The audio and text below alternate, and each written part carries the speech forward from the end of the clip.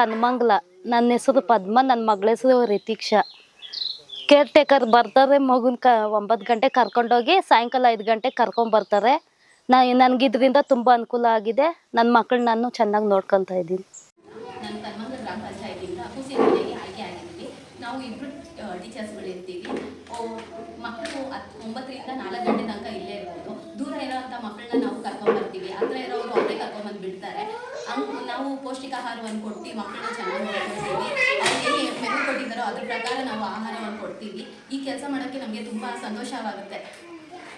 ನನ್ನ ಹೆಸರು ಶ್ರೀನಿವಾಸ ಟಿ, ಕನ್ನಮಂಗಲ ಗ್ರಾಮ ಪಂಚಾಯತಿ ಅಭಿವೃದ್ಧಿ ಅಧಿಕಾರಿ, ಬೆಂಗಳೂರು ಗ್ರಾಮಾಂತರ ಜಿಲ್ಲೆ, ದೇವನಹಳ್ಳಿ ತಾಲೂಕು. ಸರ್, ನಮ್ಮ ಗ್ರಾಮ ಪಂಚಾಯತಿಯಲ್ಲಿ ಕೂಸಿನ ಮನೆಯನ್ನು ಪ್ರಾರಂಭ ಮಾಡಿದ್ದೀವಿ.